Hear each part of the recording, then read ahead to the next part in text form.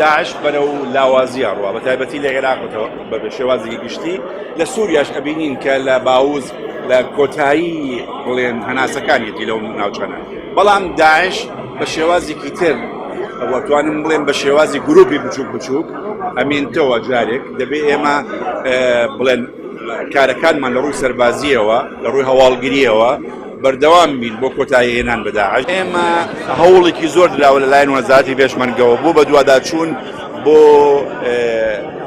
ئەو کەسانەی کە هەواڵیان نییە یان ئەوانەی کە پێیان دەڵێن ئەو پێشمەرگانەی کە ناڵێن دیلن ئەڵێن ئەو پێشمەرگانەی کە بێسەر و شوێنن ئێمە نزیکەی تا ئێستا نزیکی چوار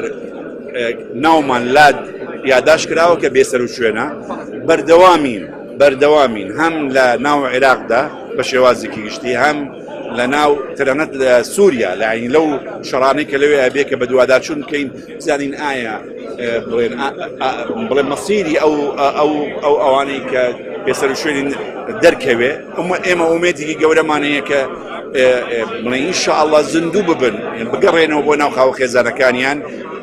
لەو بارەوە ئێمە هەوڵەکانمان نەوەستا ڕۆژەیەکی سی پێشخاڵیمان هەیە لە وەزارەتی پێشمەرگە ئێستا بەڕێوەبەرایەتێکی چاکسازیمان هەیە لە ناو وەزارەتی پێشمەرگە ئەو بەڕێوەبەری چاکسازیە خەریکی ئەو پرۆژە سی پێشخاڵیە کە یەکێک لە خاڵە هەرێک گرنگەکانی مەسەلەی یەخستن و ڕێخستنەوەی هێزەکانی پێشمەرگەیە و ئەگەر ئێوە گوێتان لەو ڕێکەوتنە سیاسی لە نێوانی خاڵەکانی نێوانی یەکێتی نیشتمانی کوردستان و پارتی دیموکراتی کوردستان بوو کە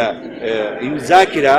یەکێک لە خاڵە گرنگەکانی باس لە ڕێخستنەوەی هێزەکانی پێشمەرگەی کوردستان دەکات لە حکوومەتی هەرێمی کوردستاندا